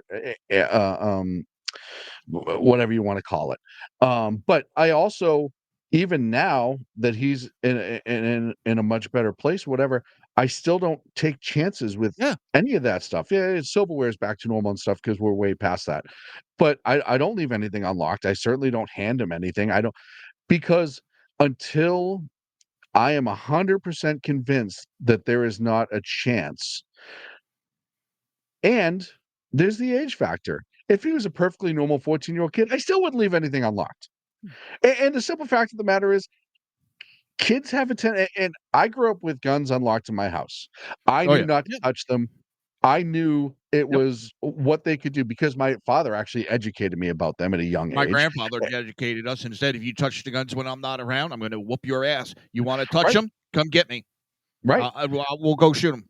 And the same thing happened with me, my grandfather as well at his house. But the other thing too is my father was more concerned that my friends would try to convince me to, and it's a legitimate cause. And as you get older, you realize that sometimes it's just those kids, right? Well, let's just see your dad's gun. We'll just take it out for a second, blah, blah, blah, blah, blah. Right? No. And that's where the accidents happen. Right. So Or once they realize they have access to guns, if that kid is having a bad time and he's not telling anyone about it, the next time he's at your house, he could grab a weapon and before you realize it's gone. Because let's be honest, if you own weapons, you're not auditing them daily, right? If you think they're locked up and you kind of just get used to it, it's almost like, where your hat goes, like you just get used to it. So you don't audit it. You should. I check my weapons on a fairly regular basis, not because I'm worried about them going anywhere behind a safe and another locked door, etc., but just for my own sake of like, nope, everything's there, everything's the way it should be, blah blah blah blah blah. Well, But I think that's why the father got charged. well, he bought the kid. Yeah, but he's responsible. I'm not. The father's fucking responsible. Yeah, he bought the kid a gun, right? Yeah, after the fact, he bought it from what I read, like the last 3 or 4 months. Todd, you created this. He created that monster, and even if he didn't necessarily create that monster, he enabled that monster. And society created that monster, and mental illness creates that monster, and that's the other thing too that I will say. With my son being just a boy. There was no other issues there. Everyone would come up to you and tell you, hey, your son's doing this. You got to watch him. Maybe we can get help, blah, blah, blah, blah. And we already knew, but that's still the school did that, doctors, whatever. When you're dealing with young kids who are claiming to be part of the LGBTQ plus community, whatever, there's a stigma with coming saying, hey, your kid might be X, Y, and Z, but there's also another issue going on that's not being done because they're so afraid to be called out. Oh, you're just saying that because he's trans. No. Your son might be trans, and that's a different conversation, but I saw him kill 4 cats last week, and you might want to get somebody to look into that, right? That part is not happening. We are diminishing the necessity to follow up with mental illness in this country in general, but especially with our youth, because, well, what if you hurt their feelings? Or what if they're actually like part of this community or that community? And we are letting those children down. I would rather hurt somebody's feelings than have them go and remove somebody from this planet. Right. But you also have parents who are indignant about something being wrong with their child or their child doing bad things. How many times do you see a parent go on TV after their child gets arrested or killed or whatever and says, my son would never do that, or daughter. My kid was just turning his life around. We had no idea. That's the other thing that blows my mind. How can you be a parent of a child and not have any idea what's going on? And I'm not talking about the fact that, he smoked weed 16 under a bridge with a couple friends walking home from school one day. That's different. I knew everything that was going on with my daughter, and she's 20 years old, and I still know what goes on in her life because she's my daughter. I want to know. Right. And the other side of knowing that is, you want to be engaged. You want to be just a good parent and be like, I want to be a part of your life. But the trade-off to that is you're still responsible to that child for their well-being. That's like, I got into an argument with Twitter a couple of weeks ago about parenting, and someone was like, you think you should have access to everything that your child has? And I'm like, yep, 100%. I should be able to look at their phone whenever I want. I should go through his computer whenever the hell I want. All of that stuff. It doesn't matter because, and I even said this, I said, that kid's mine until they're 18. Oh, it's an ownership thing and that's like slavery. No, I'm responsible for them until they're 18. And I'm responsible to make sure that even after. Well, no, yes. But I mean, I am 100% responsible, as we're seeing in Georgia right now, until they're 18. They have zero responsibility themselves. When they're 18, all the responsibility lies on them. You as a parent become support at the age of 18 legally. How you feel is different. Legally, you cannot be held accountable for what they do past the age of 18. It doesn't matter if you want it or not, unless they're extenuating circumstances, whatever. Right. Britney Spears comes to mind. But have you seen her videos that she I don't even want to go down that road. Let's finish this road. We'll go down that road. Well, I do want to show a tweet because it does have to do with how we started this whole conversation, if you don't mind. Yep. I put out a question. Melanie said she was a teacher. People forget that. It just is follow up really quick. I want to Go ahead. get this comment out. As a teacher, you damn near need a court stenographer in your classroom to convince parents their kids are effing up, and that's 100% true. 100% true. I saw that work in law enforcement 100% of the time. Not 100% of the time, but a lot. It's Go ahead, Joe. never little Johnny's fault. No problem. And I was going to say something in it. And it was a simple question. Okay, let me pull it up here so you can see it. And all I'm asking is which one of these 3 guns is an assault rifle? And which one should be banned? Okay. Are you ready? Yeah. Okay. The answer is... Oh, you're going to give none. the answer out. Damn. Oh, I thought that... No, I'm joking. Because none of them would answer it. None of them would answer it out here. Well, we need to ban all center fire. We need to ban all high power. But they would never answer this fucking simple question. And it was my fault. And I love that. Yeah. For those that don't know, every single one of those guns is a 5.56 round 223. They all shoot the same round. They all have the attachable magazines. They all can have high capacity magazines. They shoot at the same fire. Well, the top right one is a bolt action, so you need to be a little bit more proficient to get the speed out of it.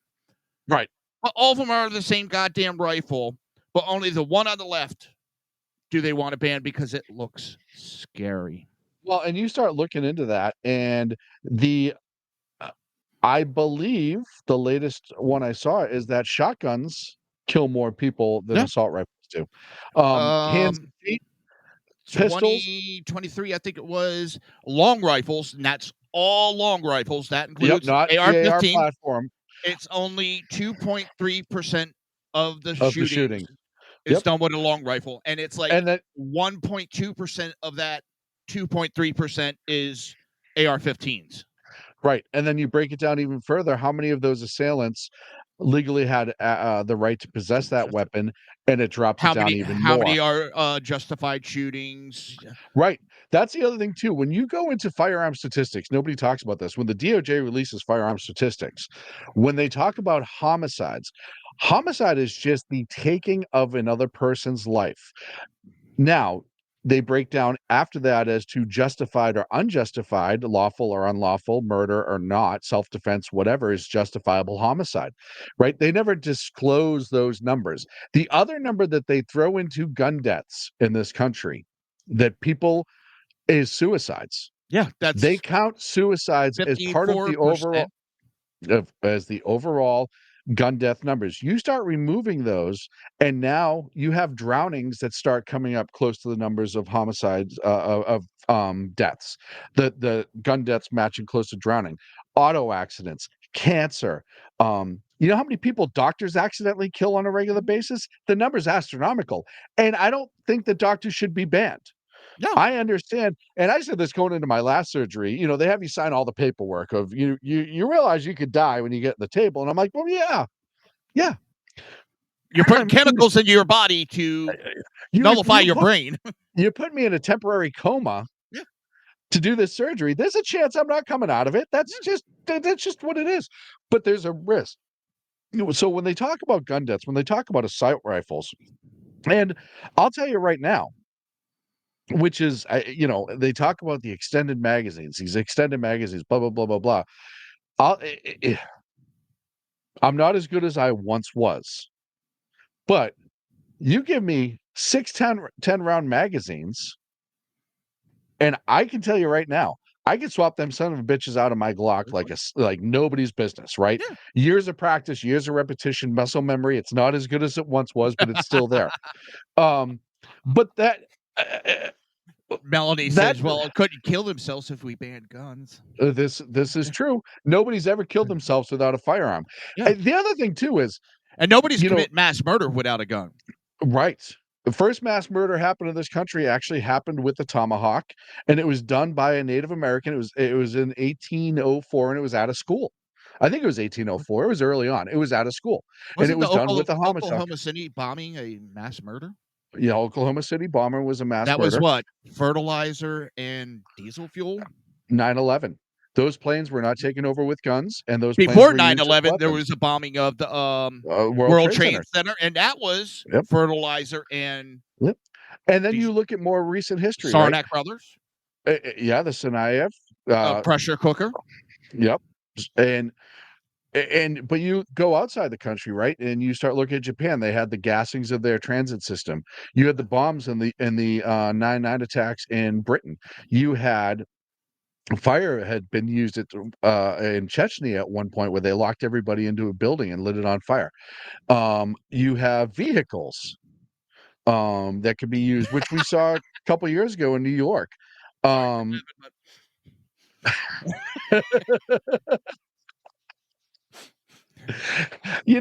I love the fact, and this is something that's SHR overall, and this is everybody in SHR has been like this, always will be like this, and I love it.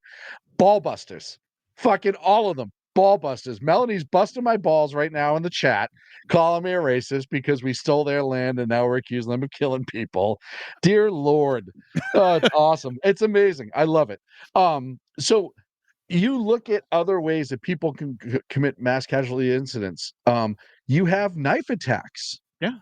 Where look at in England that just happened with the 4 kids that were murdered, or 3 kids and 5 more stabbed by a 20-year-old who has no formal training, walked into a daycare and committed a horrendous act there. You've had other mass stabbings in China. There was one a couple years ago where it was like 20-something people were killed. So, the gun becomes the great specter, as I said at the very top of this segment. It has nothing to do with these incidents. They don't give a rat's ass because if they did, they would talk about Chicago nonstop. Stop. But let me also nonstop. Let me give a stat real quick because And I looked it up. Baltimore. 2020. Yeah. And listen, I'm not 100% against abortions. There's a time and place for everything. There's medical needs and so forth. But for the way it is set up right now, 2020 is the last stat I could find. 960,000 abortions. 960,000 onboard children. Because I got told guns kill more than abortions. In 2021, which was the last stat I could find, 2,500 kids from the age of 0 to 18, including 18, 2,500 kids were killed. I don't think guns are out killing abortions. Yeah. Well, and, it becomes the great specter because it's an easy straw man, right? And that's what it comes down to. It's an easy straw man because if it wasn't for the Second Amendment getting in their damn way, they would have done it already. But what's the first thing? And people say, we have the argument, we've seen it in Australia, even when they collected up and destroyed all the guns. And now they're actually, I literally, as we're talking about this, Kerry Sloan, who's a gun trainer on X, is just talking about how the violent crimes have gone through the roof in Australia because the lack of firearms and the homes. Like they've just banned them. The same thing with England, et cetera, et cetera. What happens in all of these countries where they want to control the population better? Well, the first thing they do is ban firearms, right?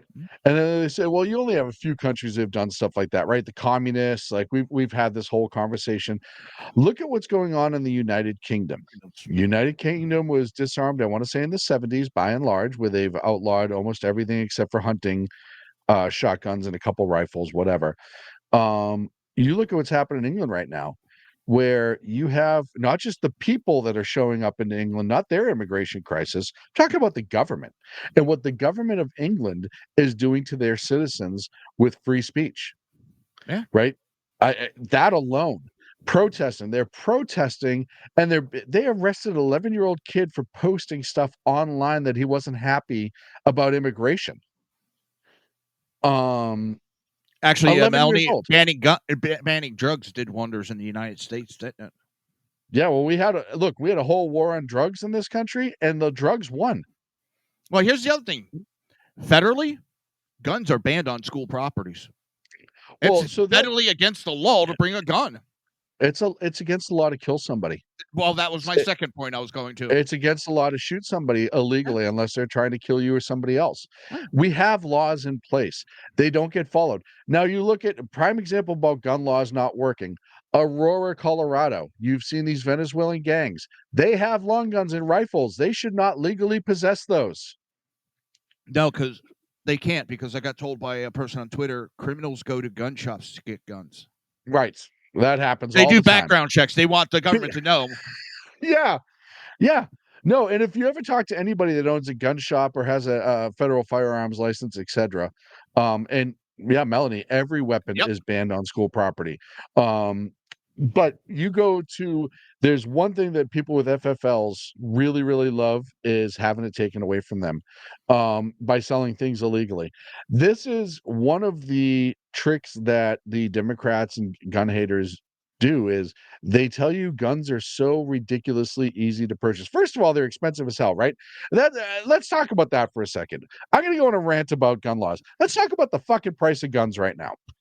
Because the average person can't afford to buy it. You go in California, and first of all, they're adding all these ridiculous taxes to just guns and ammunition, where you're paying, I think it's 35% more to walk out the door with a weapon because it's a firearms tax. I thought that was Taxation without already ruled, adding a tax to make it unaffordable was already ruled unconstitutional. But then again, California doesn't give a shit. Right. It's going to get tossed out, but as of right now, it still stands. Yeah. Taxation without representation. Anywho, 4%. I keep telling everyone that was 3 or 4%. That was the whole reason we went to war with Britain over taxes. But I digress. We're at what, 25 or something? Yeah, good.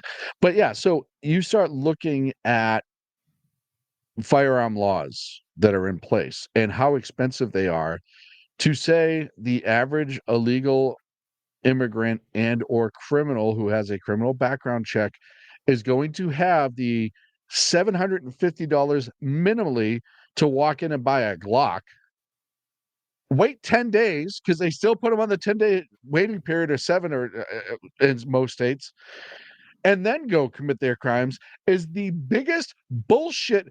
Look, if they could do that, if people can do that, if criminals can do that, if you can walk into any gun store and purchase guns cheap, if they're getting them cheaper somehow, let me know. Yeah, I want to know which store. Also, here They in can get Florida, let me IDs. tell you the law in Florida. If you do not have a concealed carry permit, you have, I think they brought it up to 5 days now, a waiting period for any gun. Now, if you have a concealed carry permit, right, you're exempt It's from it, different. but you go through an extensive background check. But this, Yeah. you can go to Florida, you can just get a gun and walk out. No, you can't. It's not No, that fucking simple. You can't go to a goddamn gun show and just You should be make able to. private. Right, but they don't, because guess what? I went to one of them. The whole fucking back wall was nothing but computers linked up to do background checks. So Melanie threw this out in the chat room talking about schools, and it says predators are protected on school properties because of privacy. So if a teenage boy assaults his sister, the school tells no one and he can roam freely. Meanwhile, girls can't carry pepper spray. Ask how I know. Melanie, how do you know? I have a feeling it's going to kind of be like the case out of Virginia where the trans kid was raping females and nobody was talking about it, and they were protecting them. I'm guessing, and I know Melody's going to throw that up in the chat room here in the next couple of seconds. But yeah, to talk, this is the thing is they will make whatever argument they can to give up guns or to take guns away. They're not going to be given up. They'll have to be taken, and I don't. That's not going to go well. And that's not going to go well because most law enforcement and most military members will not participate. Well, how are they going to do it in Florida? We have no gun registration. The government does not know Yeah. who owns guns in Well, Florida. I got bad news for you, pal. One way or the other, they have gun registration. I tell everyone this. It's almost like your cell phone and privacy and all that other stuff. They know everything you're doing, whether you want them to or not. I know New Jersey. know. If I want to go buy a gun, I got to go to the police station, fill paperwork out, and ask the Yes. police station for permission to buy a gun. Florida, I But go when in, background check, I walk out. Right, but that background check attaches you to that gun because they have to have a registration on who that gun got sold to. After so many, after a week or so, they must destroy all background checks. Yes, they must. But who does that background check go through? Okay, yeah. Yeah, it goes through NCIC. Yeah, it's going to be triple-eyed out, and that does not go away. To me, I don't care. No, I don't care either. I had a boating accident, so. The idea that there's not a national gun registry, there is. They just hide it. But and it's funny.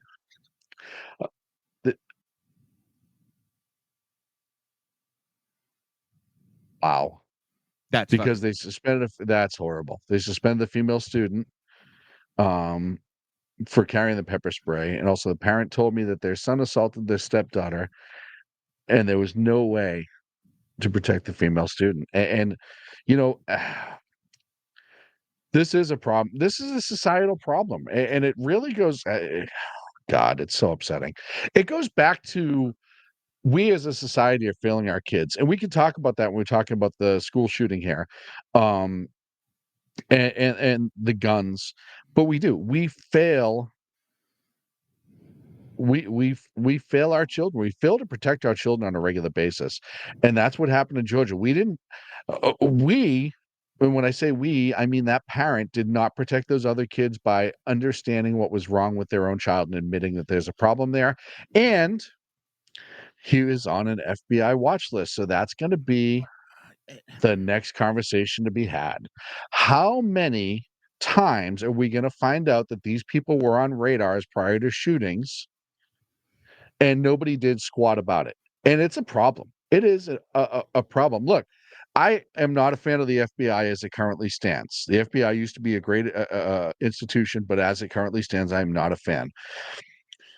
But when I see people being federally prosecuted for protesting in front of an abortion clinic, which is legal. and yep, when I see that happening, but you see a situation like this where they're like, hey, we knew there was something with this kid. And we did nothing about it. What are you there for then? Or did you tell the parents? And look, if the FBI said, look, we don't have any actual evidence to go forward with at this moment, but here's what your kid's doing, and you need to get this kid some help, and you definitely need to make sure he doesn't ever touch guns for a long time. Because that's not saying that things can't clear up later down the line. I don't think I'm a big believer. Hormonal imbalances that those kids are going through. There's so much shit. But and if they did say that, and then this parent failed to, then yeah, I'll agree the FBI kind of did their job, because I don't also want them taking this guy's guns, because that creates a horrible standard, right? I don't believe in red flag laws, because just like domestic violence laws, they can be abused up the yin yang. You're also convicting somebody without a court. Right. Well, but it's the same thing as the domestic violence laws, right? The domestic violence, to get a restraining order against somebody, and you lose, if you get a restraining order slapped on you, you lose your firearms. Buddy mine just happened to him. Yep. Accused, no court date, no nothing. They came and took all of his guns from him. The threshold to get a restraining order is entirely tiny. It's easy to get a restraining order in most states, and I understand why it's easy to get it. But there needs to be some sort of process. Have I seen DV orders be vacated and have them been refused? Yeah, here and there, but no, by and large, look, domestic violence laws right now, I understand why and where they came from, but the trade-off to that is that it gets used as a final act to get rid of somebody, male or female. It goes both ways. I've seen it on both sides where all they have to say is, he hit me. Look, there's a red mark. And that's the end of conversation. She hit me. There's a red mark. End of conversation. You get arrested for domestic violence, you're going to get an automatic restraining order. Your guns get seized. Yep. Right. So I'm not a big fan of just taking guns because of an taking accusation. Guns. Right.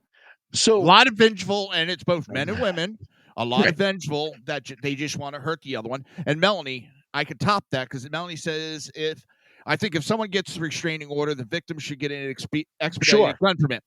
Or what 25 states have done? There's no need for a permit to carry concealed. Yeah. I know New Jersey will never do that, but no, I agree with that. I have no problem with that. Look, we don't have that here in Florida. I think everybody who can lawfully do so should be armed. I think they should train. I 100% feel that that's a necessity. Not going to stop it. I agree with you, Melanie. But to go back to Georgia, and to go back to what the FBI was doing there, if the FBI did their job, I'm okay admitting that. I am okay admitting that. But we've seen plenty of times the FBI not do their job. And as we talked about earlier, and I put it out on social media, you have all these people saying, oh, the amount of trust that people have in the FBI is way wrong. And, that's because conservatives have done nothing but attack the FBI. And it's like, no, the FBI has done nothing but attack themselves. Yeah. They've had so much bullshit going back to 2016. You think of those two FBI agents there, that Peter Strzok and Lisa Page. That was really the beginning of the bullshit coming to light with how fucked up the FBI was. When you have him texting her, no, we'll keep him out of there. Don't worry. We're going to make Yeah. sure this never happens. Trump will never get elected. From a government phone, that's election interference. Then they got a $1 million payoff. Then they get $1 million payoff for being wrongfully prosecuted. And I don't know if you've ever looked at Peter Strzok in the eye. Crazy when you see crazy.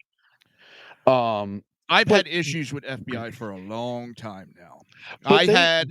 I got to tell you this story because I think you'll find it funny a little bit from what happened. I actually worked when I was in New Jersey. I was like 19, 20 years old. I worked for Armored Car Service. It was we were doing a late night run from basically North New Jersey, from a satellite office down to the main office in Central Jersey. I'd been driving all day, started to snow. End of the day, my partner's like, I'll drive. As we came out of the satellite office, we're on the turnpike, and all of a sudden I got a trucker next to us hanging out the window, flagging us. When I looked, he pointed towards the back.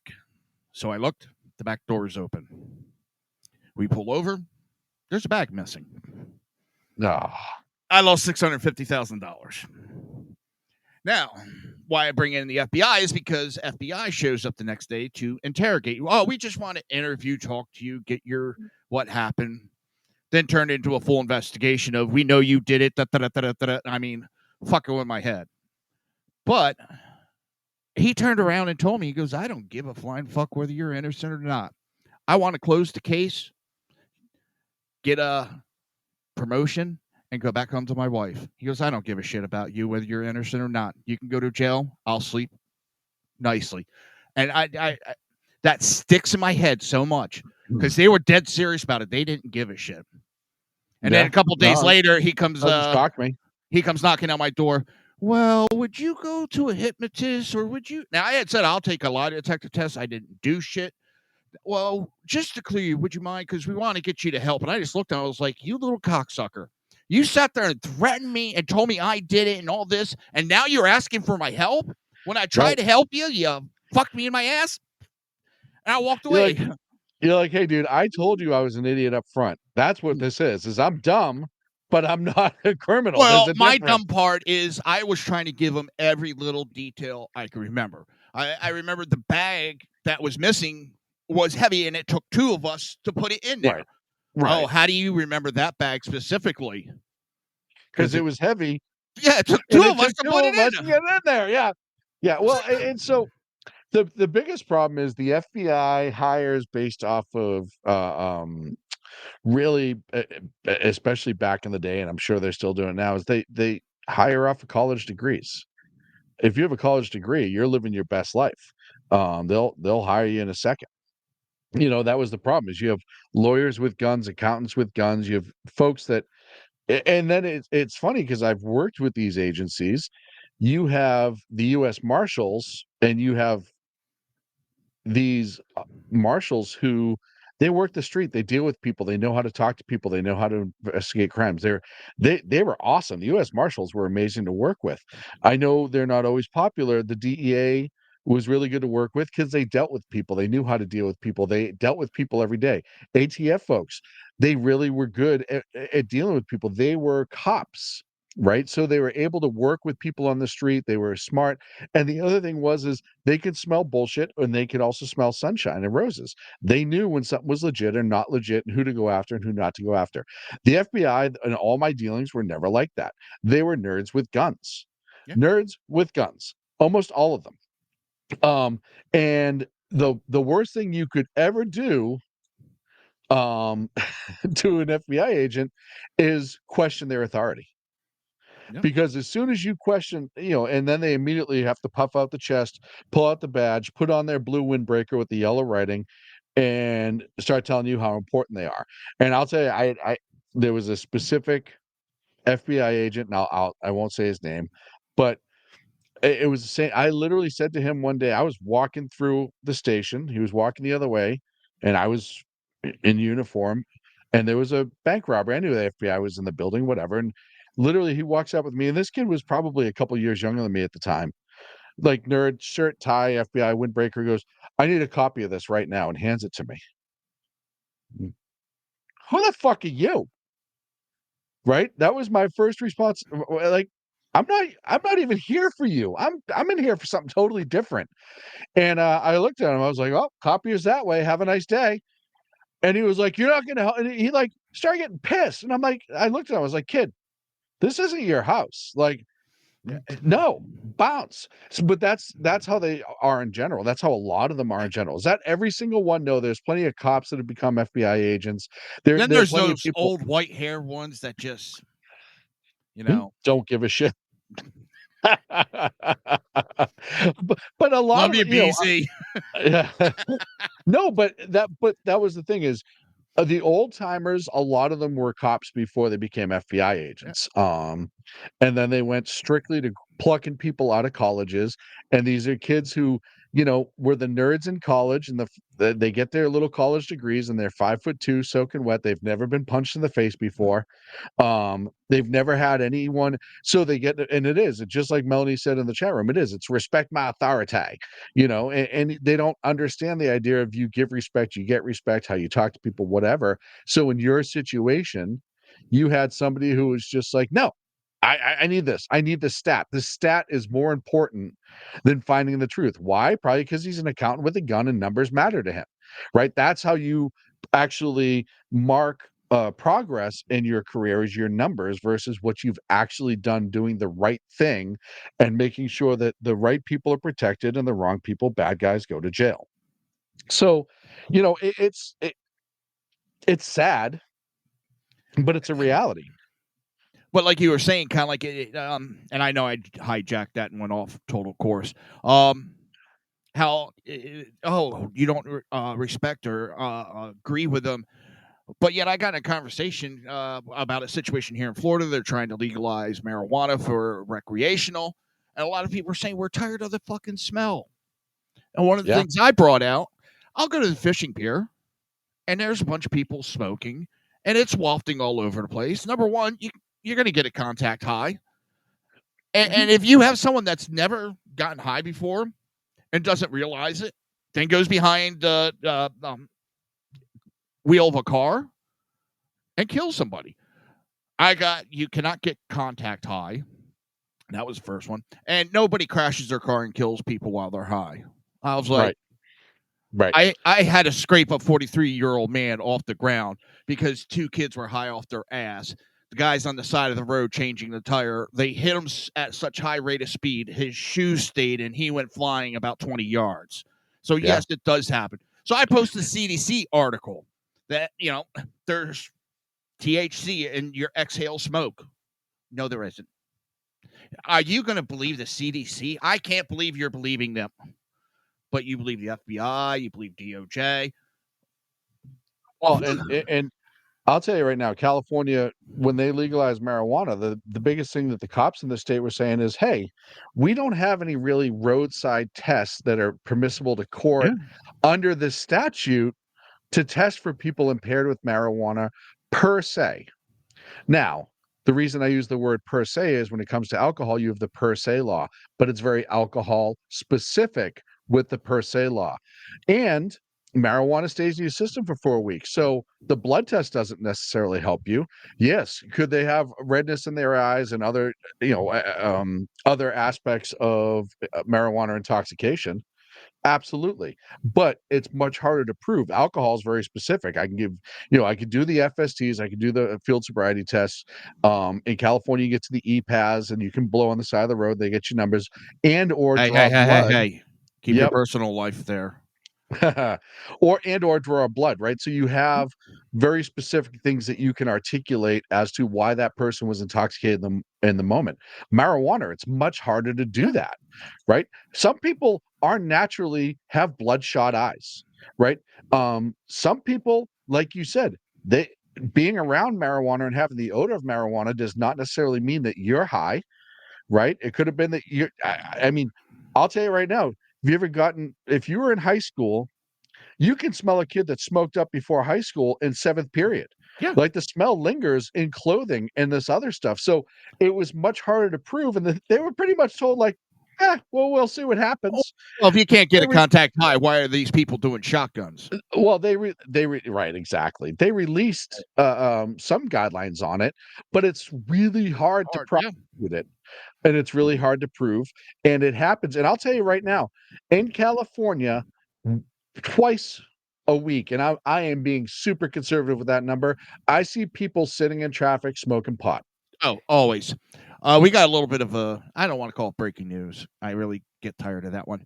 But I want to play a video that just popped up on Twitter. All right, you get 10 minutes, so hurry Yep. it up. This is only a minute something. There were no fine people at the debate, at the standing outside of the convention center and screaming, Hamas will win, screaming, we are all Hamas, screaming, there was nothing wrong with October 7th. What's wrong with October 7th? Somebody said. No, there aren't fine people, and they don't make fine points. And so I was disgusted at the Democratic National Convention, absolutely disgusted. We're speaking with Harvard Law Professor Emeritus Alan Avi Dershowitz. So are you ready to leave the Democratic Party? Democratic Party. I am no longer a Democrat. I am an independent. I'll decide who to vote for. Bill Clinton's lawyer. Correct me if I'm wrong. He was Bill Clinton's lawyer. Yep. Has left the Democrat Party. How many? I've seen. She was like the head of the Senate for California. California, yep. She's left. There was another senator that swapped in California recently. There's a lot of people walking away, and I don't blame them. The Hamas-Israel thing has done irreparable damage with the Democratic Party and a lot of Jews, not nearly enough, and a lot of Jewish supporters and Israeli supporters, not nearly enough, in my opinion. But Dershowitz walked away. I have my issue with Dershowitz. I have a feeling he was. I really think he was on the Epstein flight logs. I can't prove that. Nobody can prove that. Every time they're like, "Oh, Trump's on the Epstein flight logs," like, well, show me the rest of them then. Hang on, I could prove to you with a 95% accuracy that Trump wasn't on them. Oh, because they haven't released it.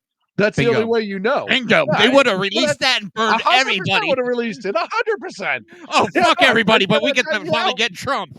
Yep, they would have taken down all of Hollywood and every Democrat in the world to be able to get to Trump, right? And they didn't for a reason, right? So I know that's how I know he's not in the flight log. They're like, well, he took a flight once from New York to Florida with Epstein. Okay, well, maybe, right? But that's not the flight log we're worried about.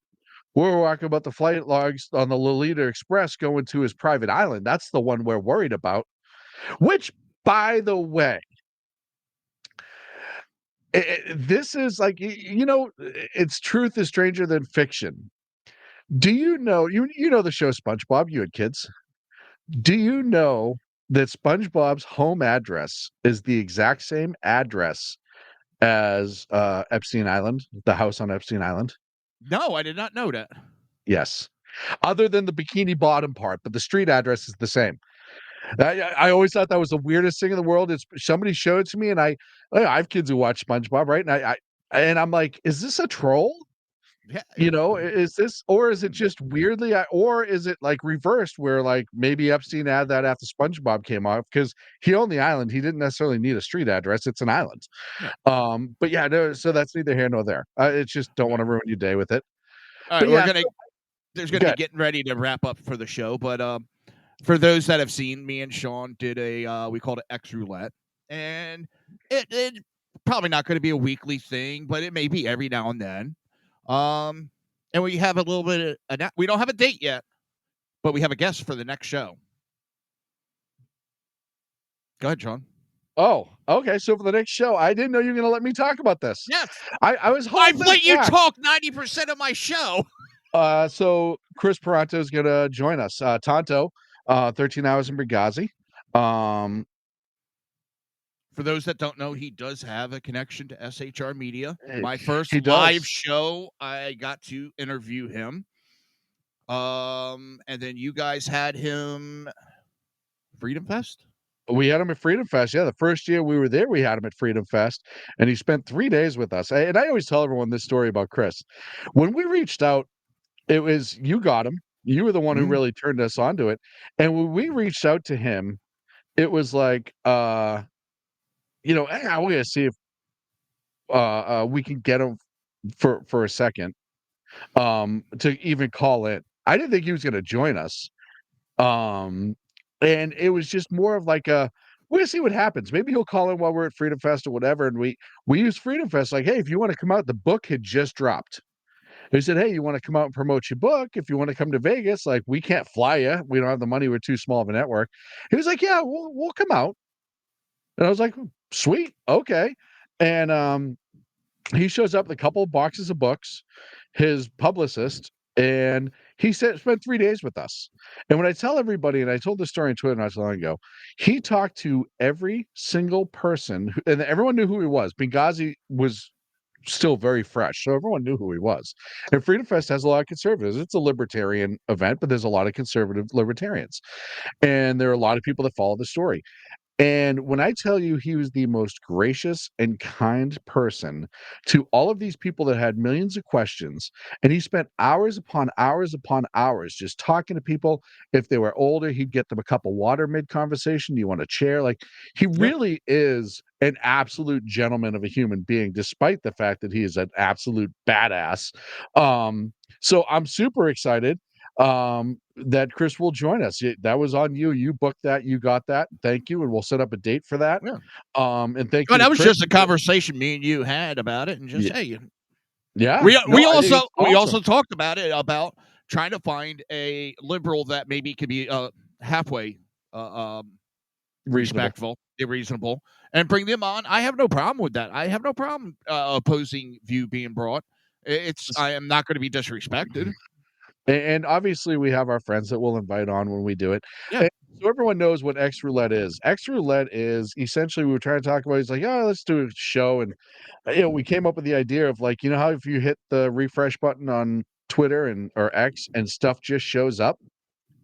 We're going to just pull those headlines as they come down, as people post them, and talk about them. Yep. There was no actual format to it, and that's why we called it X Roulette. Whatever the ball lands on, we're going to talk about. Some of it was funny, some of it was serious. We had some good laughs, and we enjoyed it. So we're going to try to do that again. And yeah, keep your eye out on our Twitters. We'll announce it on Twitter, Facebook, even smoke signals if I have to. Between Joe and BZ, you guys just keep pulling me back in more and more and more. I'm telling you, man. Just when I thought I was out. Okay, Scarface. I'm making appearances. I'm starting to talk. I'm all over Twitter again or X. It's just, oh man. You don't want to come back, but then you start doing it, and you get a little bit more, then a little bit more. Yeah, but it is what it is. I want to thank you for being here. Tell everybody how they can find your Two Against Tyranny, Sackhead Shaun on X. That's where to find me. That's where I'm at. I got it. It's so funny when you have small numbers, which I still do on X. And if I wish I could find my original Sackhead Shaun but it doesn't matter. Here I am. But I made a comment on Tulsi Gabbard's post the other day, and she actually responded to me directly. So that was my claim to fame for this week. Is Tulsi responded to me directly. I was like, shit, I didn't have that on my bingo card, but here we are. Yeah. And so you? She didn't respond to me. No, I responded to you. No, where people can find you, you bonehead. Reaver of Common Sense on Facebook. No, Jersey Joe on Facebook. Reaver of Common Sense on X. And Reaver of Common Sense on YouTube. You can also catch me, SHR Media, on Rumble. And everything will be posted shortly after we get done here up on Spreaker, where pretty much we all started. still make sure that's still there. And then it is updated to iHeart and Spotify, Apple, and a host Everywhere. of others. Yeah, there's a bunch of podcasts that gets uploaded to. Too many to remember, too many to list. But thank you, Sean. And That's also, good. don't forget to check out BZ, Berserk Bobcat Saloon. Melanie Cullett. We got everybody here. Yep. Well, not everybody. We're still you. missing Lonnie and damn it. You know who I'm talking about. No, I have no idea what you're talking about right now. We had a lot of people come and go, so I don't know. Well, Clint's missing, and yeah. Oh, okay. I didn't know you were pulling that hard to get Clint's name. No, but the other one I can't remember it. Old age is a bitch. Close the show. Yes, exactly. I'll see everybody Monday. Peace. No.